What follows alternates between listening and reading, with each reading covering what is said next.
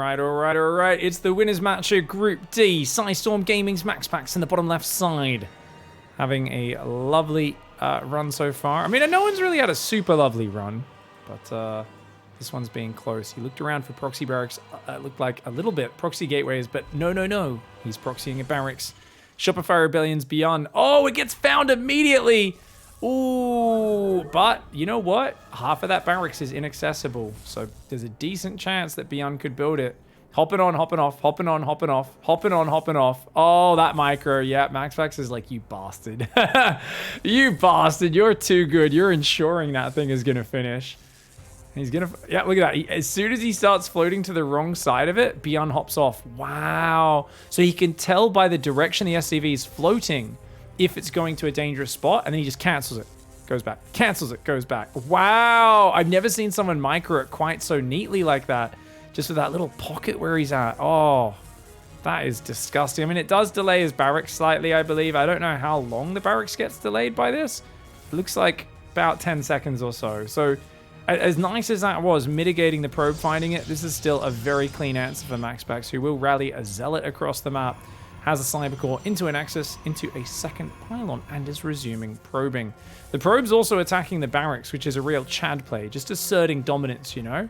Keeps that SCV in there, quaking in fear, and at this point, claustrophobically wanting to be let out. Stalker first. Stalker does shut down, of course, the Reaper more than any other unit. The Adept can get outranged and kind of danced around by the Reaper. It is a cheaper unit on the gas, but the Stalker's just going to make sure everything's solid. Reaper already going after those probes. MaxPax pulling back their weak ones pretty quickly, but oh, Byun's got that crisp focus fire. He stays too long. He's oh! He gets a second one. MaxPax needs to kill him to punish it. You can't let him get away with that. And indeed he does. Byun staying a little bit too long. Did he get a second Reaper out? No, he didn't. And yet his barracks took a long time to actually float home. He lifted it, but did not float it home. SCV. Oh, don't open the door. The SCV goes down. It's looking like a good start for MaxPax. For those who don't know, Byun and MaxPax are 12 series. They've played 23 series this year. These guys play in so many finals in the Weekly Cup. Weekly Cups, online tournaments. I mean, they are both online gods. MaxPax is down 11 wins, 12 losses to Byun in 2022. If we go all time, it's about a 56-57% win rate for Byun. So Byun still has the daddy issues in their relationship, but it's getting closer as time goes on. It's getting more close to even. And recently, there's been a few times where Byun 3-0'd MaxPax, and it was like, whoa, he's so much better. And then they played a best of 7 in one of the Alpha Extra matches. MaxPax 4-0'd Byun, took his absolute soul. Basically, like, had a really nice game 1, and then he just refused to lose any more maps. All right, Widowmine's doing some burrow-unburrow micro. Unfortunately, using the shots on the Zealots not as effective. Oh, he brings a second probe? MaxPax, you genius! He brings 2 probes to take 2 of the Widowmine shots. Oh, but the SCVs surround it, but he kills the Widowmine with focus fire. He even brings another probe. Oh my god. Who thinks to bring the probe like that? Not just 1, not just 2, but 3 separate probes. That being said, the Drilly Boys are making a good account of themselves. Gets a Stalker with that. But, oh, that Widowmine goes down. This one burrows it, unburrows. Okay, he finally holds on 6 SCVs for 3 probes. He also lost 3 Widowmines, and a Stalker did go down. I mean, that feels really good for MaxPax, though, because I think MaxPax still has Blink and a Robo behind it. And if he can secure a 3rd base, like, it's taken the teeth out of Byun. Byun isn't able to do anything aggressive to MaxPax. I feel like MaxPax just has such intelligent understanding of what his opponent's doing. He says, well, I know what he's doing. My probe's already seen it. I'm just going to bring more probes and allow my Stalkers to kick his ass, because the proxy barracks means your main production facility in the early game is on the wrong side of the map, and that is a huge problem. Oh, Byun should chase that down. Yeah, he absolutely should look to hunt that down. Oh, no, he shouldn't. There's 4 Stalkers now. Uh-oh. Tank is going to pop out, though. Tank with a Widowmine and a Marauder should be safe here. He's just got to keep the SCVs back. You do not want to lose those SCVs. Oh, the Marine Marauder medevac comes back here. He's like, get out of here, man. He's actually got concussive on those. Surprised that Byun doesn't try to hunt him down a little bit more. I really feel like Byun could have continued across the map with his drop, but Blink is now done. 2 more SCVs do fall. There are 28 SCVs versus 41. The 3rd base is on the way. Feels like MaxPax has him pinned right where he wants him. On the other hand, 2 barracks are pumping bio. You've got the factory. The 3rd barracks coming down. A Raven will come out. You can snipe the first observer or 2. That really denies the vision of MaxPax. Oh, tank in the open. Tank in the open, Byun. Oh, okay. Medevac quickly saves that. It only takes a single Stalker shot. He's going to move forward here. MaxPax not sure what he's running into. He's got to be careful, MaxPax. Raven spots him. Not willing to commit to an auto turret snipe just yet. Oh, Stalker's going for the medevac. They get it! Great snipe. Oh, he does lose a Stalker. Doesn't quite get that Widowmine down in time. Charges on the way. 7 Stalkers out front trying to hang out. 3 gateways are up. 3 more on the way. Shield batteries building on that 3rd base right now. MaxPax is trying to buy time for it.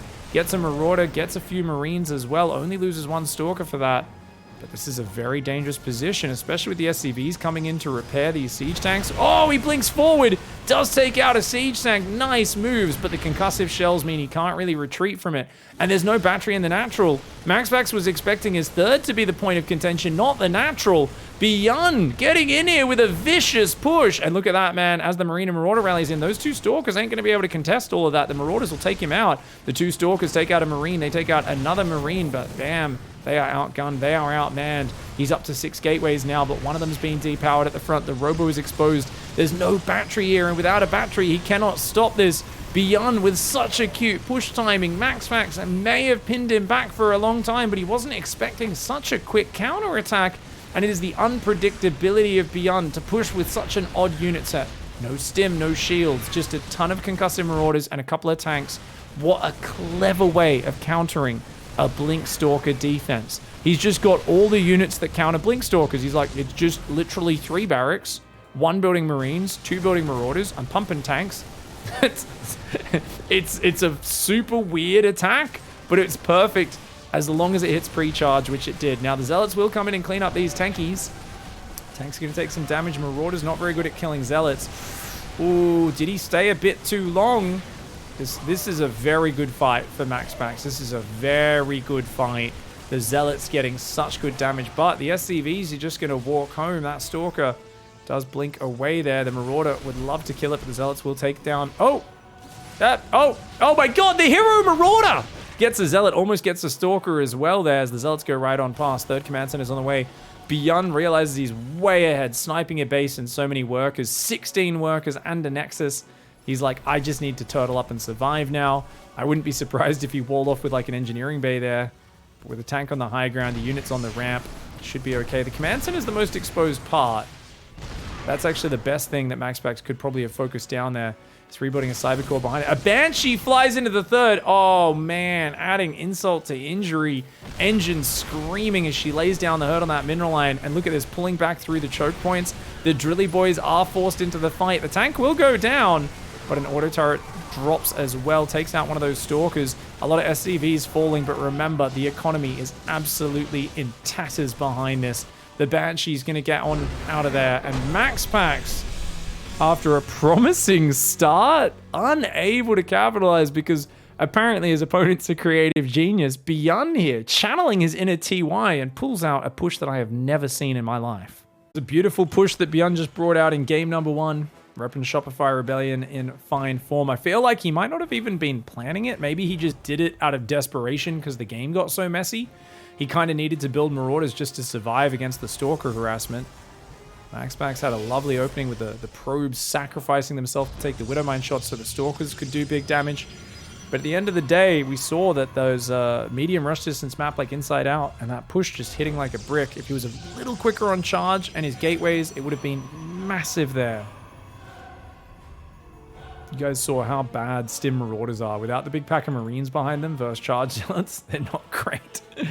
Tanks and Marauders is not an army you normally want to go for, but the good thing for Byun on this map is not only does he get a free 3rd in the back that's easy to defend, he can push across this map in the shortest rush distance time of any map in the entire pool. So this map, you get across in the blink of an eye, and that's a very scary thing for MaxPax to deal with.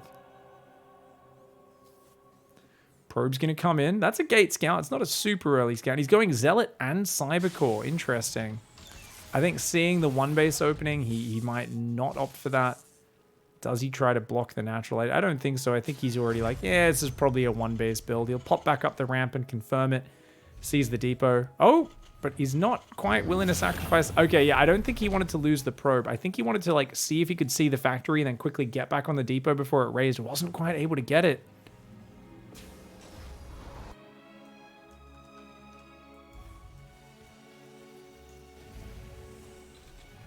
Ooh.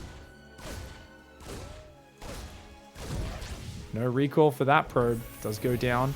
Straight into a reactor after the Reaper pops. We've got a Stalker and a Warp Gate. Looks like MaxPax wants to play Twilight. Zealot's going to run into this Reaper. It tried to take an odd path across the map, but the probe lured it onto the same path. Byun not noticing. Oh, he does. Just a very slow reaction for him. Command Center goes up on the high ground. It's in vision of the walls. The Zealot will be able to see it. Do we recall the Zealot? You really don't want to lose that, but the Stalker's pretty far away. He has to try and take refuge here in the fog. You can see that Byun didn't want to chase him in there. It's just going to pull back a little bit, and a proxy gate goes up. MaxPax is going to get highly aggressive. He's going for a 3-gate. This is looking quite a bit like the parting build, but without adepts, with Stalkers instead. Ooh, this could be very deadly. Just got to make sure he doesn't get spotted. If this Reaper gets in and sees the second gateway, that's a big tell. And whilst there is a Stalker at home, he moves it into the main. Reaper comes in. Reaper could grab a probe. Quick reaction by MaxPax, though.